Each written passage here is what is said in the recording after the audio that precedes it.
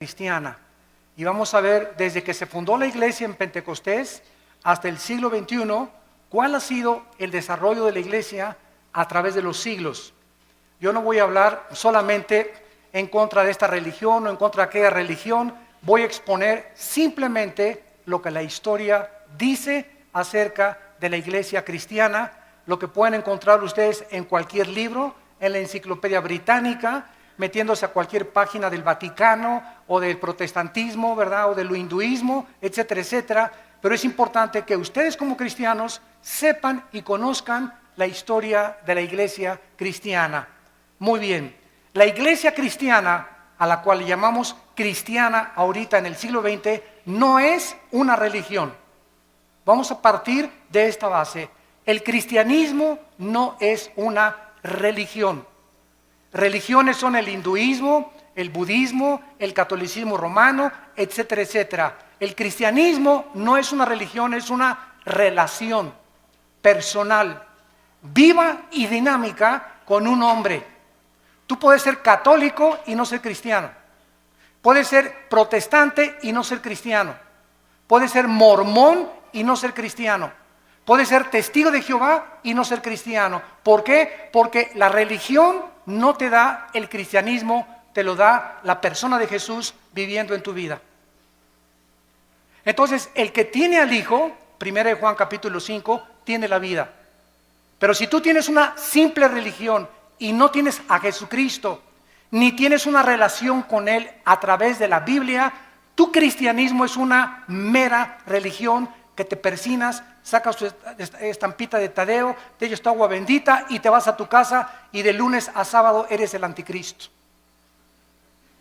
Entonces, el cristianismo es una persona que ha reconocido sus pecados delante de Dios, que reconoce que Cristo en una cruz pagó por ellos, que nunca hubiéramos podido pagar nosotros por nuestros pecados, que le invitamos a nuestra vida y de ahí en adelante comenzamos a caminar y a seguirlo todos los días a través de la Biblia. Jesús dijo: escudriñen las Escrituras porque ellas dan testimonio de mí. Cualquier persona que me diga que es cristiana y no lee la Biblia, no la medita, ni la estudie, su cristianismo es religioso. Pero no eres un hijo de Dios ni una hija de Dios. La iglesia cristiana tuvo sus raíces en el judaísmo. El Señor Jesucristo fue judío. Los primeros apóstoles fueron judíos. Las primeras iglesias fueron judías. Así como también en el antiguo pacto, lo que usaron los apóstoles, los que escribieron el Nuevo Testamento, todos ellos fueron instruidos en el Antiguo Testamento o en la Torá. Así que tenemos que las raíces del cristianismo se encuentran en el judaísmo. En Hechos capítulo 2 encontramos el primer retrato en la Biblia de lo que es una iglesia cristiana, actitudes que debemos de mantener nosotros también y conservar. Dice Hechos 2:42, y perseveraban en la doctrina de los apóstoles. O sea, los primeros cristianos del siglo I eran discípulos, no eran del domingo nada más, sino que entre semana tomaban estudios con los apóstoles, venían al diplomado, tomaban estudios entre semana, no eran personas de domingo nada más. Los cristianos de domingo nada más son los religiosos, pero no los cristianos. Los cristianos no se conforman con una palabra de Dios el domingo, anhelan, aman, tienen un hambre por la verdad, tienen una pasión que Dios ha encendido en sus corazones como un fuego inextinguible por conocer a Dios. Y si tú no tienes ese fuego que arde dentro de tu vida por conocer a Dios y conocer la verdad, estás muy lejos de llamarte cristiano. Dice la Biblia a continuación que también en la comunión unos con otros, se juntaban unos con otros, comían unos con otros, cenaban unos con otros. Si tú eres cristiano, tus mejores amigos son cristianos. Si tú eres cristiano y tus mejores amigos no son cristianos, no eres cristiano. No significa que no les vas a hablar, pero el cristiano comienza a buscar amistades cristianas que te ayuden a crecer, te identificas con ellos, porque qué comunión hay entre la luz y las tinieblas. Entonces es imposible, ¿verdad?, que una persona que no camine con Cristo pueda identificarse con una persona que camina con Cristo, porque son intereses totalmente diferentes. Dice la Biblia, en el repartimiento del pan, o sea, en la Santa Cena y en las oraciones. Estas características eran importantes porque después de que se formó la iglesia, vino la persecución. El mundo dio a Cristo, el mundo crucificó a Cristo, el mundo también tendría que perseguir a los que siguieran a Cristo. Y no ha cambiado las cosas desde hace 20 siglos. Dice la Biblia en el capítulo 7 de los Hechos, versículo 54 al 60. Oyendo estas cosas, se enfurecían en sus corazones y crujían los dientes contra él.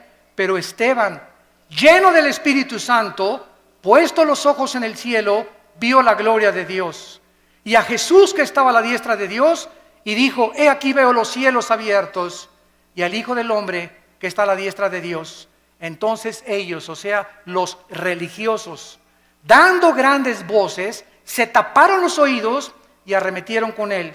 Versículo 59, y apedreaban a Esteban mientras él invocaba y decía: Señor Jesús, recibe mi espíritu. Y puesto de rodillas clamó a voz: no les tomes en cuenta este pecado, Señor. Y habiendo dicho esto, durmió. Porque de acuerdo a la Biblia, los cristianos no morimos en el sentido de que nuestra existencia cesa. Cuando un cristiano se muere, pasa a otra dimensión. Pasamos a otro plano de descanso eterno de nuestra alma. No dejamos de existir porque somos eternos, porque tenemos al Espíritu de Dios viviendo dentro de nuestra vida. La persecución arreció contra los cristianos. Primero vinieron las advertencias: les prohibimos que prohíban este evangelio. Después los torturaron, comenzaron los azotes y después la muerte. El primer mártir lo acabamos de leer, se llamó Esteban.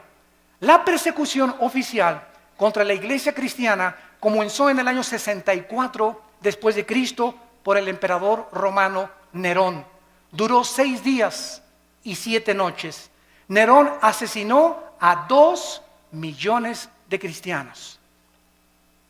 Ellos fueron quemados en los parques públicos, los echaban a perros rabiosos, los metían a un coliseo donde abrían la puerta a los leones, a los tigres, a las hienas, a perros rabiosos, para que ahí se los comieran y los deshicieran.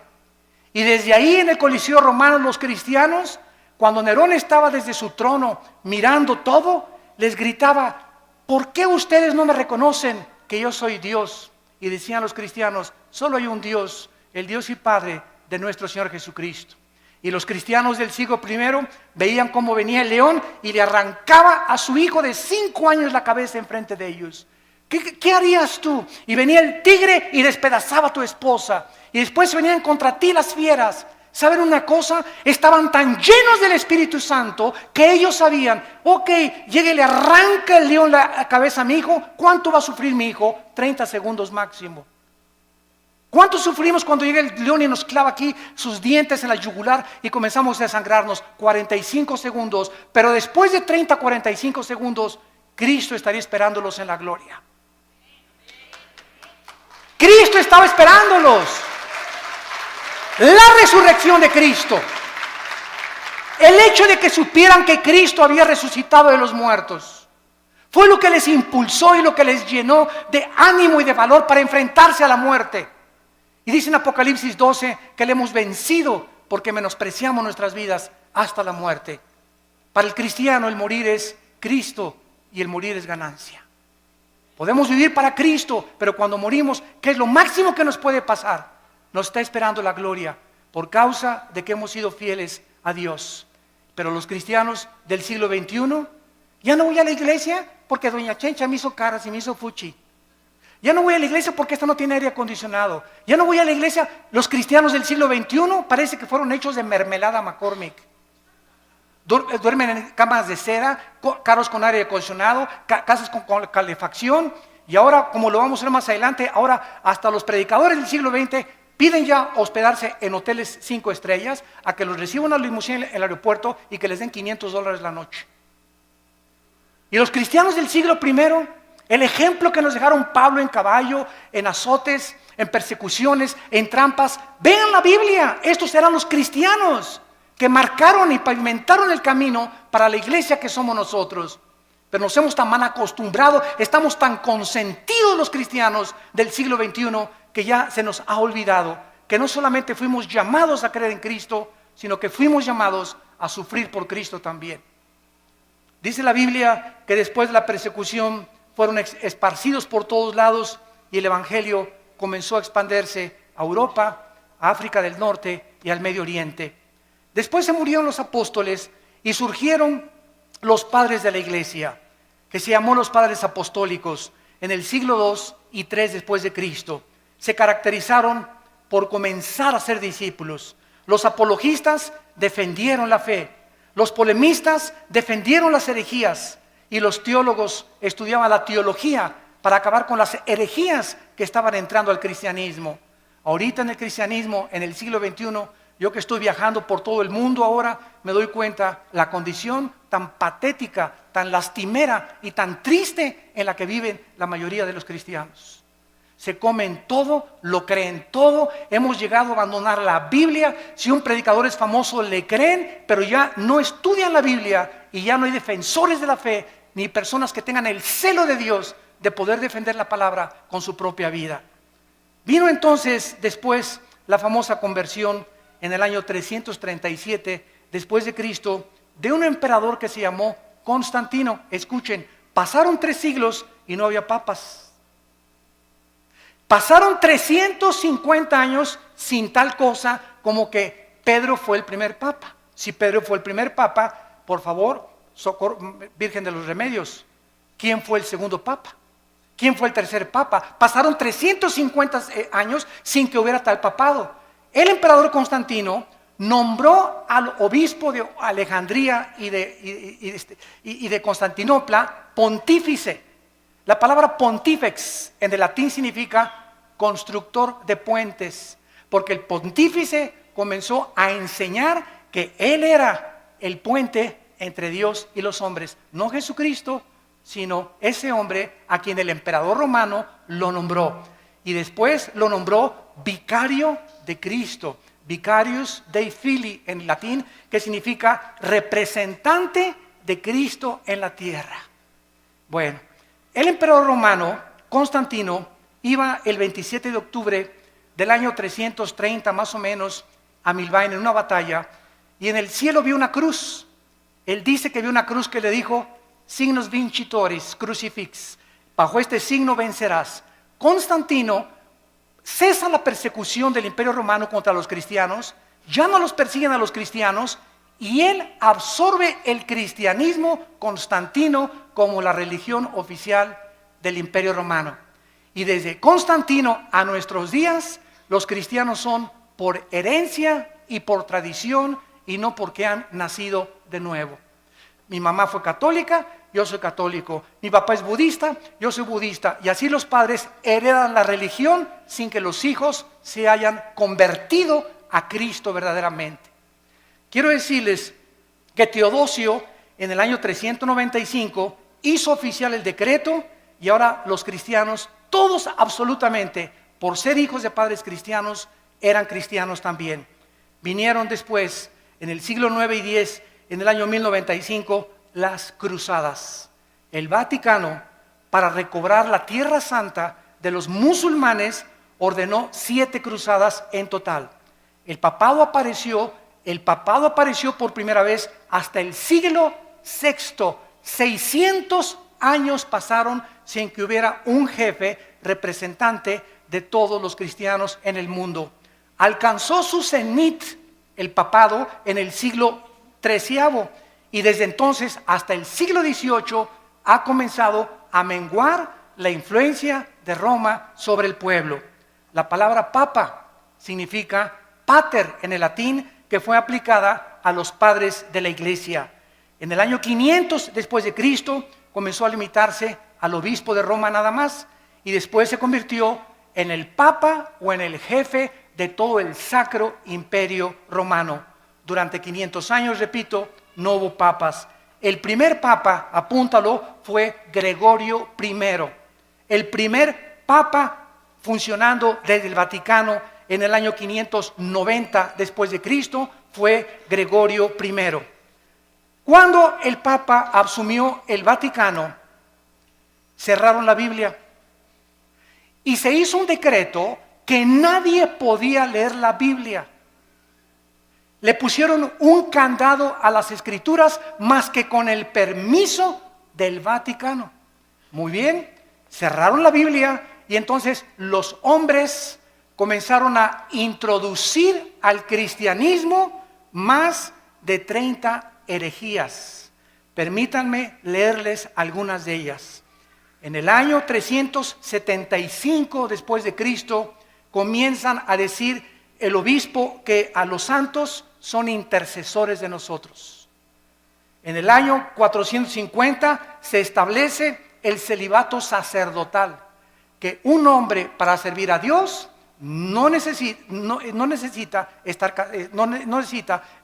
casado, necesita estar soltero para servir a Dios. De ahí viene el grande problema de la pederastia, que últimamente han culpado a millones de personas y de obispos y cardenales que han protegido a muchos curas que violan a los niños menores de edad. ¿Por qué? Porque los pobres sacerdotes, ¿verdad?, les prohíben casarse y ahorita se calcula que el 80% de los sacerdotes en el mundo tienen una esposa. A escondidas, desde luego, debajo de la cama la tienen ahí guardada. Y la mayoría de ellos tienen hijos también, porque el Vaticano no ha querido entender que la Biblia en 1 Timoteo capítulo 3 la Biblia ordena que los hombres de Dios es mejor que estén casados. Entonces ese fue un invento que se lo sacaron de la manga, el celibato sacerdotal.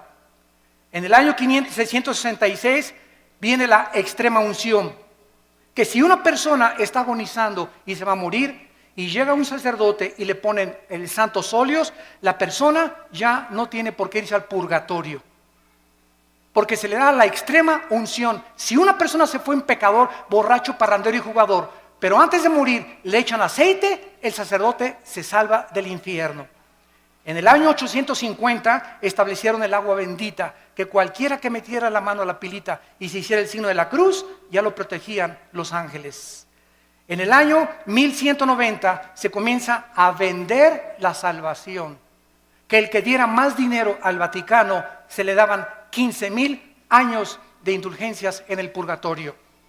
En el año 1215 después de Cristo, se introduce la transubstanciación, que el sacerdote tiene el poder mágico de tomar una hostia y convertir la hostia en el cuerpo y la sangre de Jesucristo, y que cuando la persona toma la hostia está recibiendo a Jesucristo.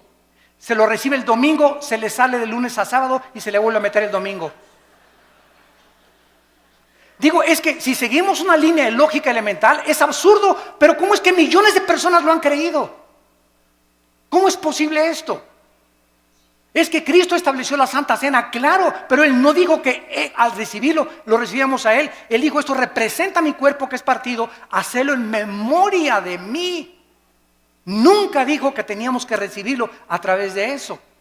Bueno, esta transubstanciación va en contra de todo el libro en el Nuevo Testamento de los Hebreos, donde la Biblia dice que los sacrificios y todas las cosas fueron suspendidas y que en una sola ofrenda Cristo, al morir en la cruz, Él ha pagado por todos nuestros pecados. Después la iglesia introduce la misa con la transubstanciación. ¿Saben ustedes lo que es la misa? Yo le he preguntado con mucho respeto, se los digo, y vuelvo a repetir, estoy hablando la pura historia. La misa, el 95% de los católicos no sabe qué es la misa. Todos dicen que es la Eucaristía o que es la hostia. De acuerdo al Segundo Concilio de Trento, apúntalo, el Segundo Concilio de Trento estableció la misa es la repetición del sacrificio de Cristo por los vivos y por los muertos. Cuando el padre entra al altar, levanta la hostia, y yo me acuerdo cuando yo fui acólito, me acuerdo todavía del latín, el padre dice, me introduzco al altare Dei, adeum qualifica juventutes meam, quera mis pea, quera mi dea, quera mi repulistis. Me introduzco al altar de Dios a ofrecer el sacrificio por los vivos y los muertos. En otras palabras, lo que Cristo hizo en la cruz, se lo brincan. y están matando a Cristo, volviendo a repetir el sacrificio de Cristo por los vivos y por los muertos. Esto es lo que es la misa. Por eso a los cristianos se nos prohíbe en Efesios 5, en 2 Corintios capítulo 6, que no hay comunión entre la luz y las tinieblas. No podemos los cristianos participar de un rito donde están ofendiendo lo que hizo Cristo en la cruz del Calvario. En el año 1303 se declara la peor de las herejías, que fuera de Roma no hay salvación. Que es la iglesia la que salva, no Cristo. La iglesia romana es la única que puede salvar. 1546 se agregan a la Biblia los libros apócrifos, que son más de 11 libros que no fueron aceptados como el canon de los padres apostólicos. En 1860 se declara la infalibilidad papal. ¿Qué significa? Que el Papa no puede cometer errores al hablar ni al dar una encíclica. Lo que el Papa dice es Dios hablando. En 1860 se decretó que la misa, fíjense ustedes, que el Papa es infalible, que no puede equivocarse. Muy bien, pasan aproximadamente como un siglo, 1960 y 61, y el Papa Juan XXIII, un Papa gordito, a mí me caía muy bien porque era muy honesto. El Papa Juan XXIII, por primera vez desde el año 350 después de Cristo, por primera vez en la historia, el Papa Juan XXIII, en 1961, abre la Biblia. Y comienza a leer y comienza a decir, ah caray, ah Chihuahua, cuánto apache. Dios mío, pero ¿qué es esto? Dios mío, pero ¿qué es esto? Dios mío, pero este libro lo hemos abandonado. Y entonces el Papa Juan XXIII manda quitar la misa en latín. Y ya no se da en latín la misa. Ustedes que son de los 50 o que eran niños en aquella época se acordarán que entrábamos a la misa y era en latín. Ahora es en cualquier lado. El Papa Juan XXIII manda quitar las imágenes de las iglesias. Porque él se da cuenta que los santos no merecen nuestra adoración. ¿Cómo nos vamos a hincar delante de una estatua? Y manda quitar las estatuas de todas las iglesias. Hay muchas que los siguen todavía llevando porque son iglesias muy radicales. Pero el 80% de las iglesias católicas en el mundo ya no tienen imágenes más que de María de vez en cuando. El Papa se declara infalible. En 1634 se promulga que solo el Papa puede decir quién es santo y quién no es santo en la famosa canonización. Que si una persona se muere, el Vaticano investiga si esa persona nunca rompió un plato. O si esa persona hizo un milagro, para que se le pueda decir que es santo. Si tú lees el Nuevo Testamento, y les digo a todos mis hermanos católicos en el mundo que nos escuchan, que son verdaderamente cristianos, todas las epístolas a los Corintios, a los Efesios, a Filipenses, a Colosenses, a Tesalonicenses, comienza Pablo a los santos de Corinto, a los santos de Filipo, a los santos de Efeso. La Biblia nos declara santos en vida, no después de muertos.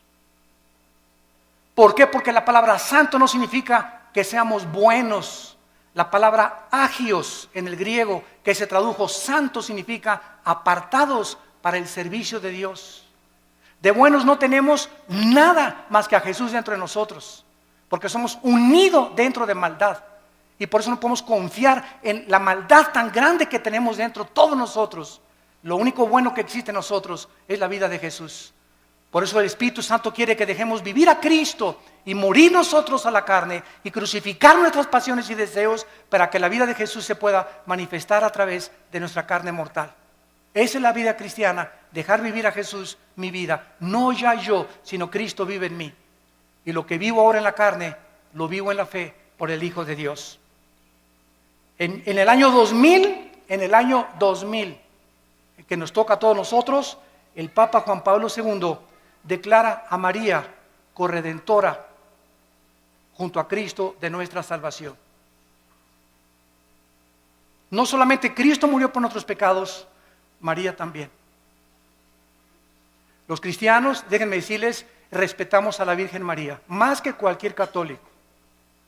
Los católicos le han dicho de los remedios de los Lagos, de Zapopan, de la Macarena, de los Remedios, y le han puesto nombres de Guadalupe, y la Virgen no se llama Lupita, ni se llama de Zapopan, la Virgen se llama María.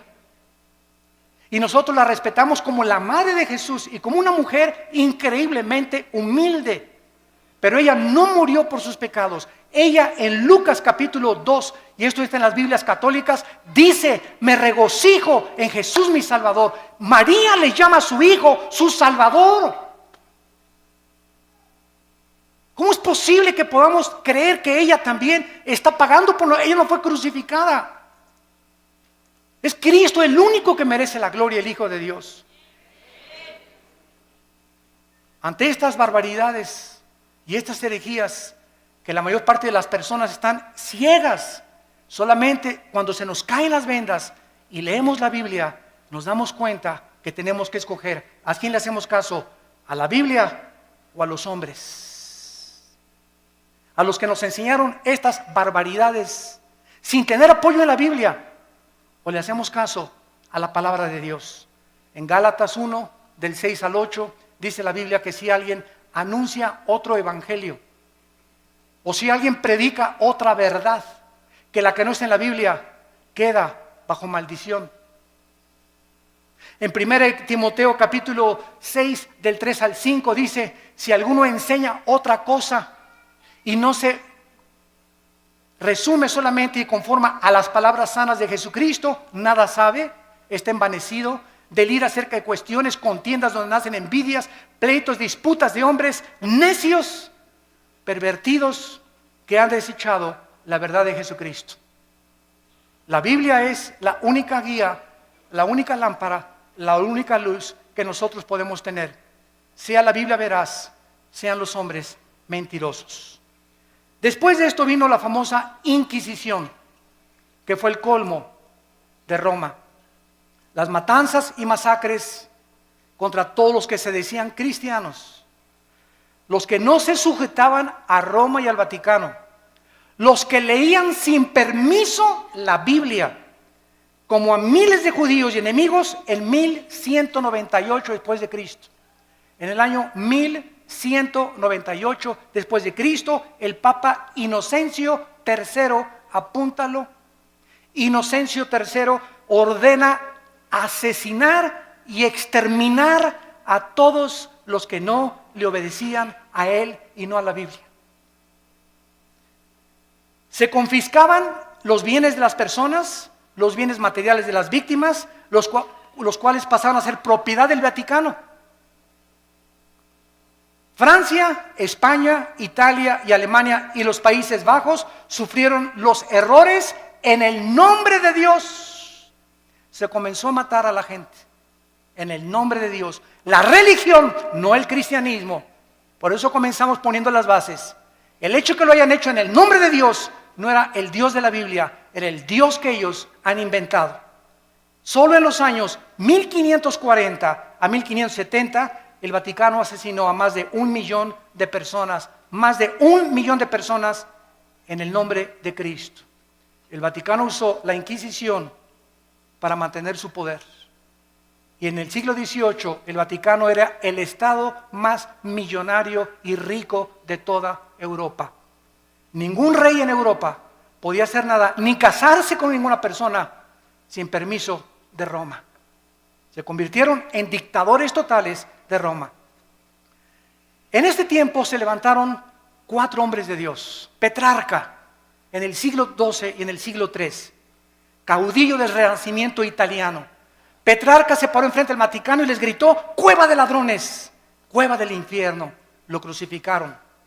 Juan Wycliffe, profesor de la Universidad de Oxford, Inglaterra, predicó contra la tiranía espiritual del clero, se opuso a los papas, a los cardenales, a los monjes y defendió el derecho de que el pueblo podía leer la Biblia. Lo asesinaron.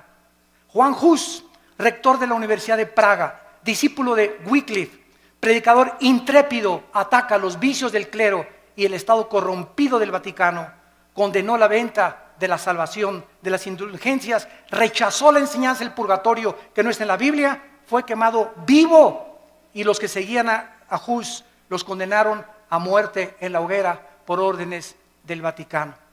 Giacomo Savonarola, originario de Florencia, Italia, denunciaba como un profeta hebreo el sensualismo, los vicios y los pecados del Vaticano, porque a los 12 años de edad comenzaron a nombrar papas.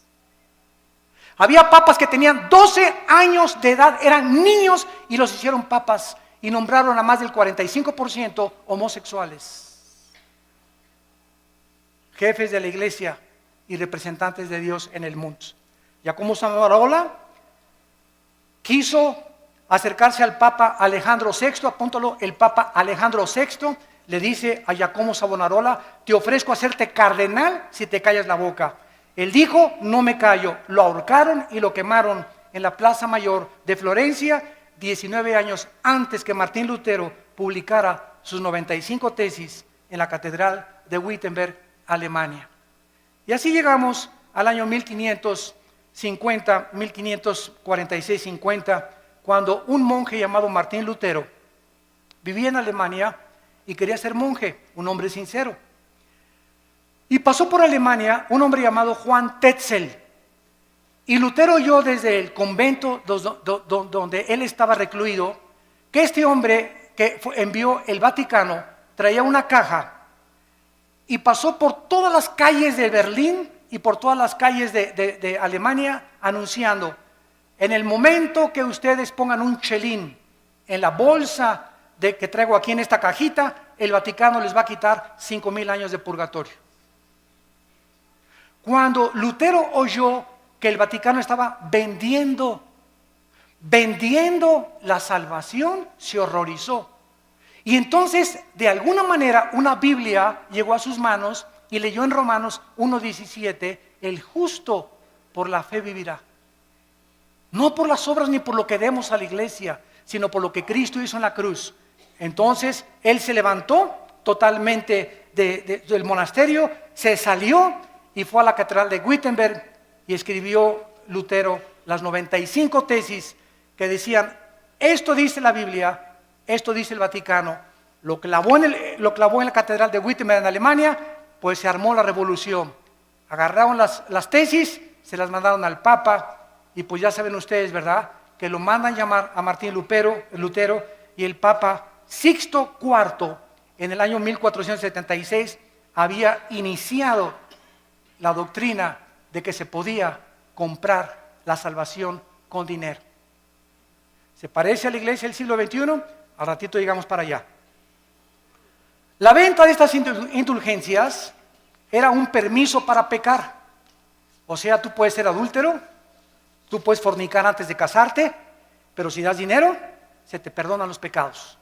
En 1517, Juan Tetzel comenzó a perdonar a todo mundo, y en el 31 de octubre de 1517, Martín Lutero clava las 95 tesis en Alemania. El Papa León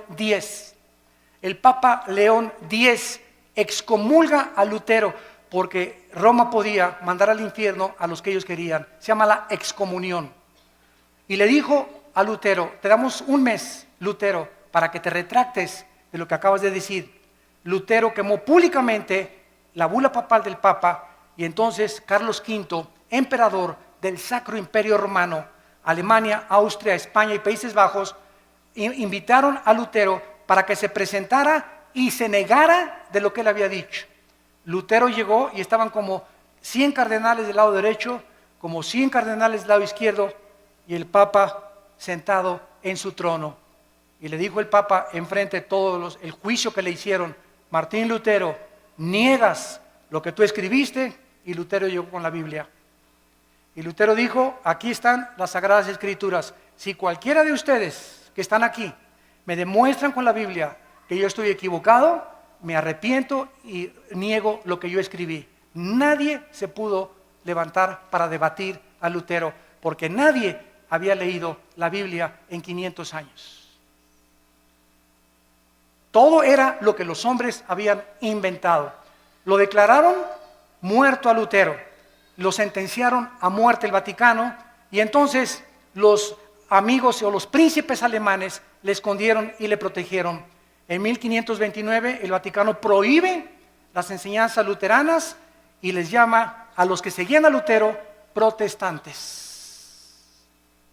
Por primera vez, por protestar contra lo que el Vaticano enseñaba. En el año 1559 había más de 400,000 protestantes y les cambiaron el nombre a hugonotes. El Papa Paulo III ordena el exterminio y funda un grupo llamado los jesuitas. Los jesuitas, dirigidos por un hombre soldado llamado capitán del ejército Ignacio de Loyola, para que él tuviera la autoridad del Vaticano con el ejército de los jesuitas de matar a todos los que leyeran la Biblia. Ir de casa en casa, y el que tuviera una Biblia, los jesuitas lo asesinaban y le quitaban la vida. Catalina de Médicis, madre del rey, ordenó matar el 24 de agosto de 1572 a más de 700,000 cristianos en un solo día. En memoria de la matanza, mandó el Vaticano a acuñar una moneda que se llamó la moneda de Médicis, para celebrar que habían matado a 700,000 cristianos. Bueno, en 1607 viene toda la persecución en Europa. ¿Y qué hacen los cristianos en Europa? Se van a Inglaterra, huyendo del Vaticano, y agarran barcos, y entonces los cristianos comienzan a navegar y llegan a Estados Unidos. En el año 1607 llegaron los puritanos al estado de Virginia. En 1639 llegaron los bautistas al estado de Virginia, en Rhode Island, bajo el liderazgo de Roger Williams. En 1681 llegaron los cuáqueros al estado de Pensilvania. Y todos estos grupos que llegaron a Estados Unidos llegaron a América con la Biblia. Todos venían con la Biblia. ¿Se acuerdan la televisión, la serie que había que se llamaba Los Pioneros? Estados Unidos es la primera nación en el mundo, en la historia, la primera nación fundada en este libro.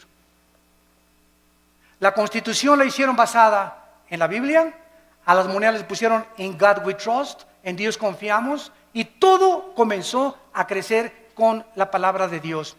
Después vinieron las misiones y tenemos las vidas como David Livingstone, Hudson Taylor, que se fueron a la China a evangelizar a los chinos, a Guillermo Carey a la India, Morrison, Moffat, todos estos hombres que dejaron el confort de sus vidas y se fueron a predicar el evangelio al mundo entero.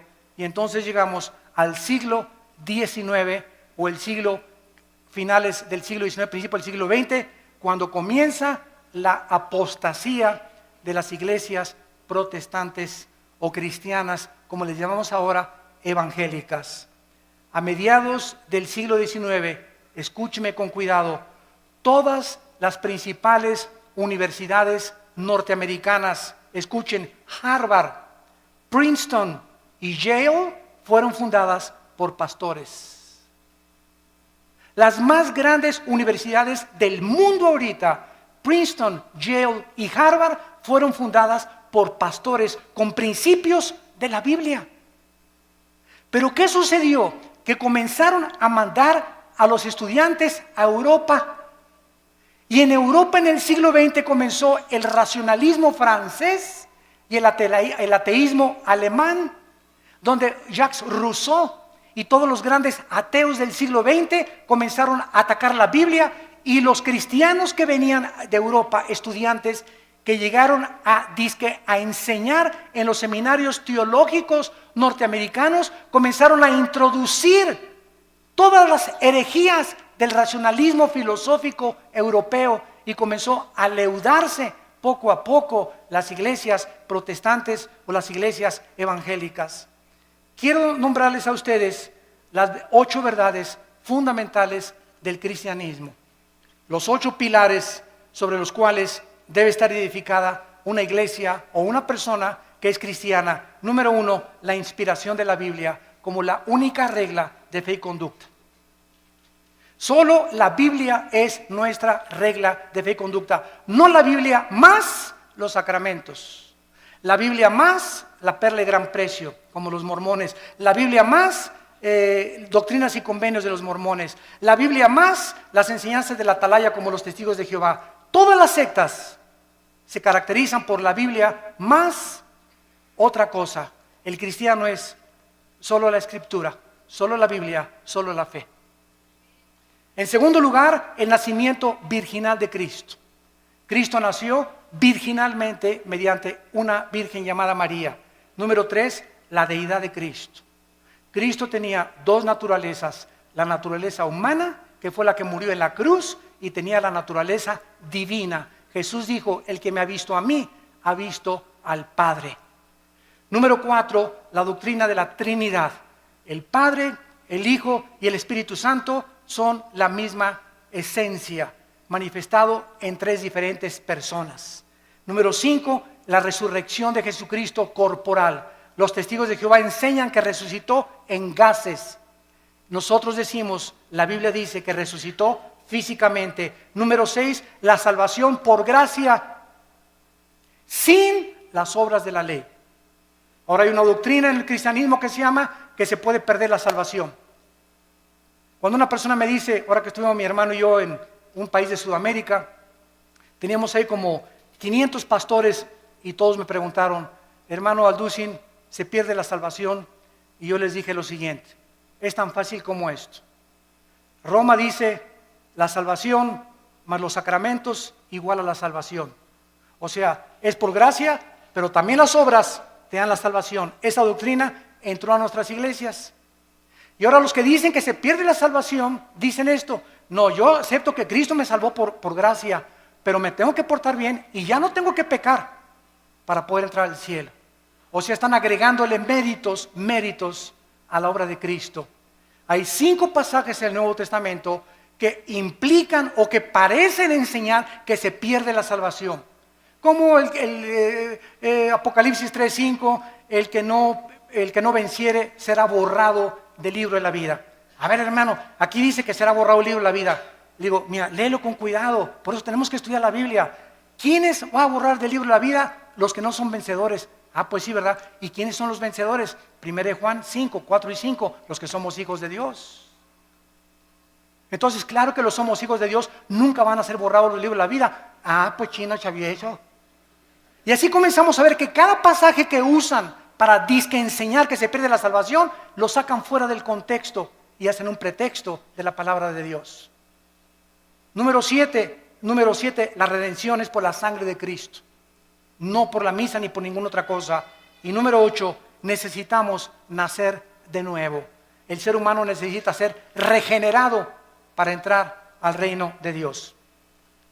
Muy bien, y terminamos con lo que es la apostasía de la iglesia en el siglo XXI. Abróchense el cinturón. Ahora voy a hablar lo que está pasando en las iglesias cristianas y que necesitamos nosotros los predicadores pasarle la estafeta a nuestros jóvenes, a la segunda generación, y volver a enseñarles a que regresemos a la Biblia otra vez, porque los cristianos del siglo XXI estamos abandonando la Biblia. Y si estamos criticando a Roma que vende la salvación, yo conozco iglesias cristianas que venden la salvación. Ya no tenemos por qué jactarnos ni presumir que somos mejor que el Vaticano. Por eso les dije, les voy a hablar la verdad. Yo conozco iglesias que venden la salvación y predicadores en la televisión que te venden la salvación. Si tú les mandas $50.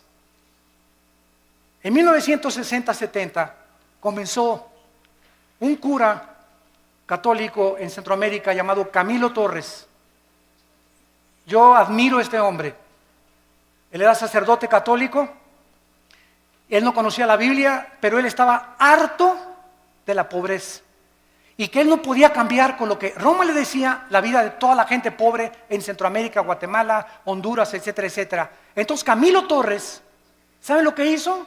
Agarró un AK-47 y formaron grupos armados para poder comenzar a usar el comunismo y a través de la liberación de los estados opresores dictatoriales, quitar la pobreza a la gente. Esto se llamó la teología de la liberación, que fue una mezcla de cristianismo con el comunismo.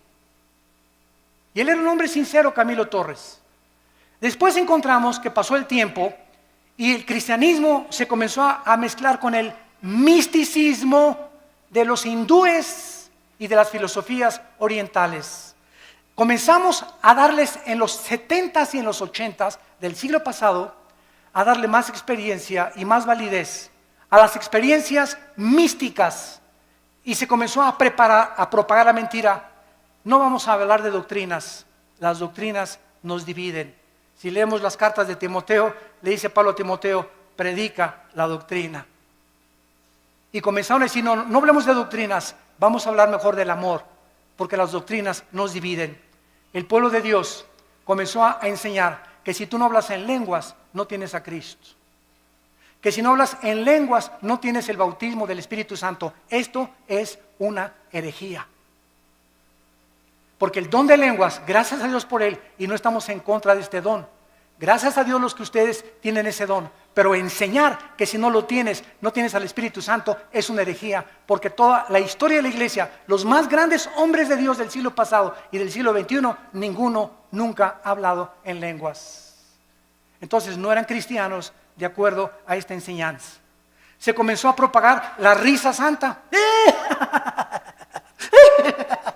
Y comenzó a decir que era de Dios. Risa santa le llamaron. Y se comenzaron a tirar al suelo, muertos de la risa. Y comenzaron a filmarlos todos los enemigos del evangelio. Y comenzaron ya en el suelo a ladrar como perros. Comenzaron a ladrar como animales. Después vino el vómito santo. Es santo. En la iglesia, enfrente de todos, que porque lo que salía era el bautismo del Señor. Después comenzaron a mandar por la televisión trapos ungidos. Quiero decirle que si me mandan $100, este trapito se ungió con aceite de Israel. A mí qué me importa que haya sido con aceite de Metepec.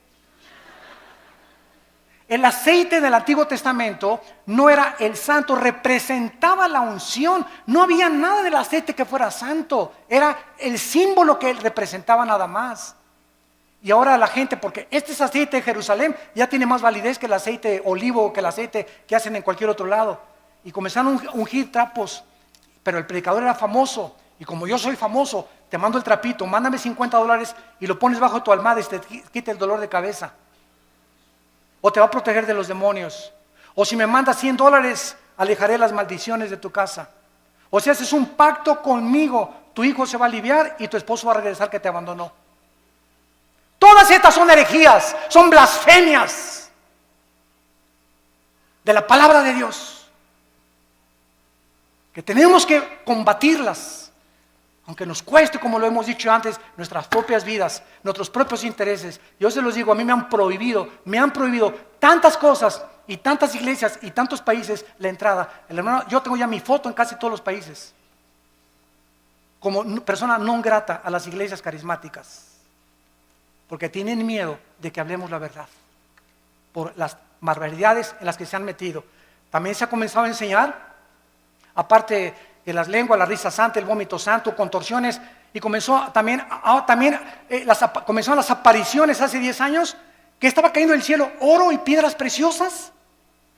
Polvito santo del cielo, está cayendo oro. Hermano, míreme las manos, es diamantina, menso. Alguien se juntó contra el ventilador y puso diamantina, burro. Me está cayendo oro del cielo. ¿Quién puede imaginarse que Dios le va a interesar mandarnos oro del cielo? Dice Proverbios, busque la sabiduría más que las piedras preciosas. Increíble. Dios me parchó la muela y tengo ya un tapón de oro, hermano. A Dios te pone una muela nueva, menso. No te pone un parche ni te la tapa. Dios hace las cosas nuevas totalmente. Todas estas cosas han entrado a la iglesia y el pueblo las ha aceptado por no conocer la palabra de Dios. Y luego también en las reuniones. Y voy a iglesias y yo les digo a mis pastores, denle un zap en la cabeza atrás de esa persona. Es que estoy bajo la influencia del Espíritu Santo. Espérame tantito, lee 1 Corintios 14. El espíritu del profeta está sujeto al profeta. Entonces, no hay tal cosa como que alguien pierde el control y comienza como alambre eléctrico así en la cabeza, ¿verdad? Que lo lleven al manicure. Que venga el psiquiátrico por él. Pero esa persona no tiene el Espíritu Santo y está solamente haciéndose ese panchote que está haciendo la iglesia para que la iglesia vea que el hermano tiene el Espíritu Santo. ¿Qué le interesa al Espíritu Santo que estás como alambre eléctrico? En 1 Corintios 14 dice la Biblia, hermanos, dice Pablo, les suplico que en la iglesia no hablen en lenguas. Y si alguno quiere hablar en lenguas en la iglesia, que sea 1, 2 o 3 por turno, nunca todos al mismo tiempo. Y además que uno interprete. Y si no hay intérprete, cállate y habla en chino mejor. Pero llegaban a las iglesias y todos, pero todos estaban llenos del Espíritu Santo. Hermanos, un cántico nuevo. Y comenzaron todos. ¿Cuál cántico nuevo? Ni que 8 cuartos. ¿Cuál cántico nuevo? El cántico nuevo en los salmos es algo que sale de Dios, inspirado con nuestra mente de por medio. Nunca caemos en el misticismo oriental que pierdo el contacto con la realidad y me tomo un espíritu y me comienzo a hacer así o comienzo a dar cosas que eso no son cosas de la palabra de Dios. Todo este misticismo entró a la iglesia y hemos llegado a la brujería. He visto programas de televisión donde un pastor agarra un bote de agua y dice que lo convierte en la sangre de Cristo. Y voltea el bote de agua, ¿verdad? Y se voltea por atrás y le echa de esa cosa, ¿cómo se llama? El polvo con el que hace ¿cómo? Kool-Aid. ¿Lo pueden creer? Otra señora en la televisión hace poco pasó y dijo, fórmense aquí los de $1,000 y aquí los de $500. Y agarró un billete y lo pegó aquí en el oído. El dinero habla.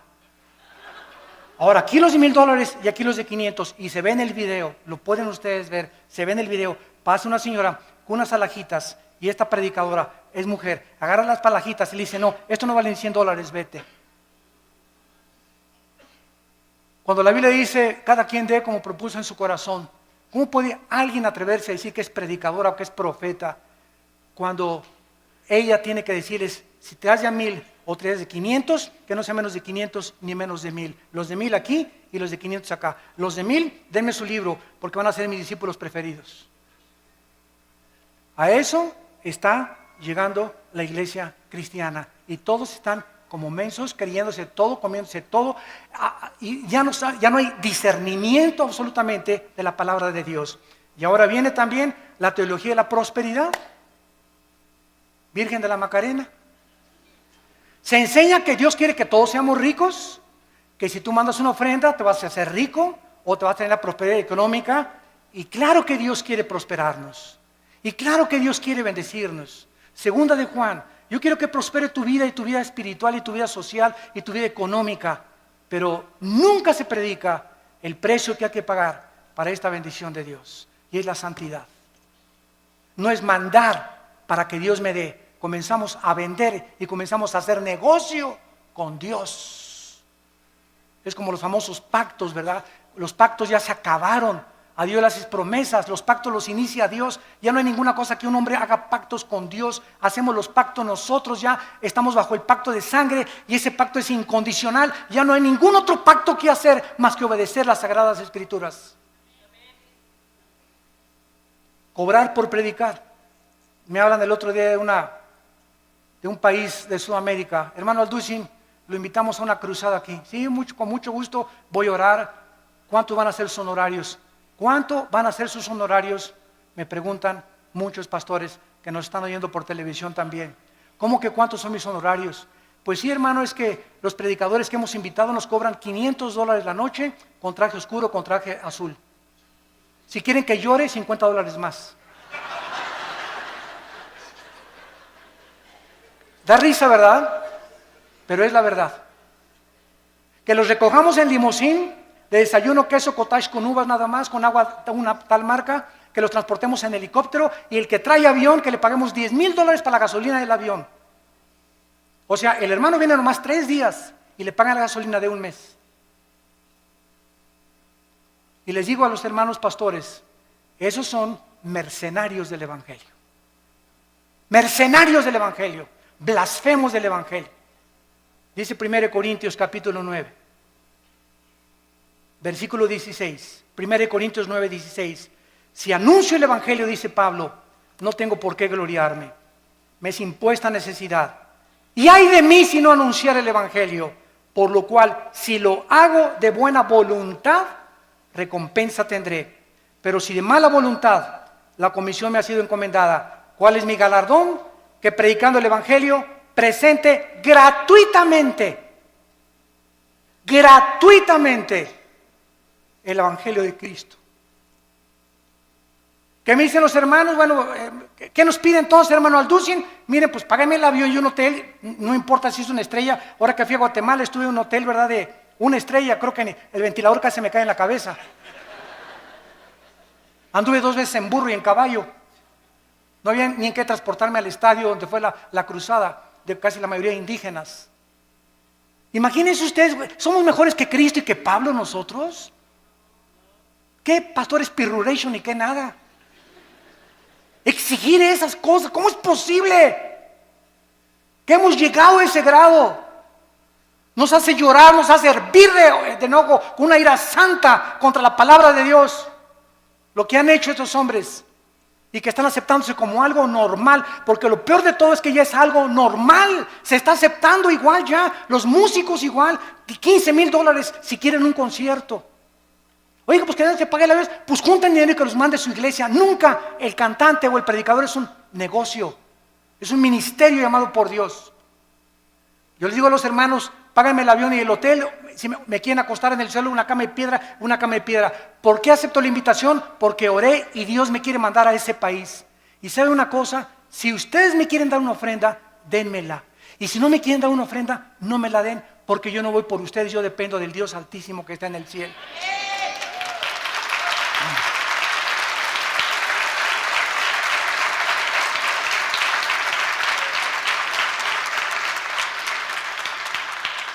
Recuerdo una vez regresando de una iglesia del centro de la República Mexicana, hace muchos años, venía con mi hijo Alan que estaba chiquito. Tuve 8 días predicando en una cruzada en una ciudad, me reservo el nombre, y también los hermanos no me dieron ni para la gasolina. Tenía una combi vieja en aquel tiempo. Cuando pasábamos, Alan y yo tuvimos que empeñar nuestros zapatos que traíamos y el reloj que traía para pagar la caseta y regresar a casa. No me dieron ni para la gasolina y los bendije. Y no guardé rencor contra ellos. A los 3 días me llegó un cheque por el triple de lo que me hubieran querido dar. Nuestra provisión. ¿De dónde viene nuestro socorro? ¿De dónde? Acuérdate de eso. Acuérdense de eso, predicadores que me están escuchando. Nuestro socorro viene de arriba, no de los hombres, ni el aplauso de los hombres también. Y finalmente hemos llegado ya al final del siglo XXI, donde ahora la última herejía se llama el ecumenismo. Predicadores cristianos están permitiendo que ministros católicos, budistas o de otras religiones ocupen los púlpitos cristianos. Estamos uniéndonos, dizque para que todos seamos uno. Espérame tantito, podemos ser unos mediante la verdad. No, el amor sin la verdad no es amor, es pasión. Y es solamente algo que brota de la carne. Es que mis hermanos católicos, mis hermanos mormones, espérame tantito, dice la Biblia que hermanos somos los que tenemos a Cristo. No le llames hermanos a cualquiera, todos somos criaturas de Dios, pero a los que le recibimos nos dio la potestad de ser hechos hijos de Dios. Así que, discúlpame, pero no eres mi hermano. Eres mi hermano si tienes a Cristo en tu vida. Y esto es lo que nos muestra la palabra de Dios. Yo soy el camino, dijo Jesucristo, yo soy la verdad y yo soy la vida. No hay ningún otro nombre dado bajo el cielo a los hombres en que podamos ser salvos. Hermanos en Cristo y los que nos ven por la televisión, es hora de regresar a la Biblia. Es hora de volver a desenterrar estas verdades escondidas que están siendo pisoteadas y aceptadas por el mundo entero. Aunque seamos desechados y rechazados, porque los hombres de Dios al final quedan solos en su vida. ¿Somos más grandes que Cristo? Abandonado por todos los discípulos. ¿Somos más grandes que Pablo? En una prisión en Roma, Pablo me abandonó, Alejandro, el calderero, el único que tenía era Timoteo. ¿Dónde están todos los que sané, dijo Cristo en la cruz? ¿Dónde están todos los demonios que le saqué a las personas? ¿Dónde están todas las personas que multipliqué el pan y les alimenté? Cristo murió solo en la cruz. ¿Somos mejores que Él? ¿Y por qué buscamos entonces la grandeza, el reconocimiento y el aplauso de los hombres o una posición de autoridad en la iglesia. No busques grandezas, dice el profeta Jeremías. Busca a Jesucristo con todo tu corazón, con todas tus fuerzas y con toda tu alma, porque es el más grande mandamiento de todos. Oremos. Padre, te damos gracias por estas verdades de tu santa palabra. Levanta una generación nueva, Señor. Hombres inflamados y con la pasión del Espíritu Santo. Que contendamos ardientemente por la fe que nos ha sido dada una vez, nada más. Pero ustedes, amados, tengan memoria de las palabras que antes fueron dichas por los apóstoles de nuestro Señor Jesucristo. Que en los últimos tiempos vendrían burladores, andando según sus malvados deseos. Padres abandonando a sus hijos, madres abandonando a sus hijos, jóvenes dándole rienda suelta a sus pasiones sexuales, divorcios, pederastia y depravación moral. Estos son los que causan divisiones, los sensuales que no tienen al Espíritu. Pero ustedes, amados, edifíquense sobre vuestra santísima fe, orando en el Espíritu Santo. Consérvense en el amor de Dios. Esperemos la misericordia de nuestro Señor Jesucristo para vida eterna. Algunos que dudan, convéncenlos. A otros, sálvenlos arrebatándolos del fuego. Y de otros, tengan misericordia, porque aún su ropa está contaminada por tanto pecado. Y aquel que es poderoso para guardarlos sin caída y presentarlos sin mancha delante de su gloria con gran alegría, al único y sabio Dios, nuestro Salvador, sea gloria y majestad, imperio y potencia, ahora y por todos los siglos. Amén.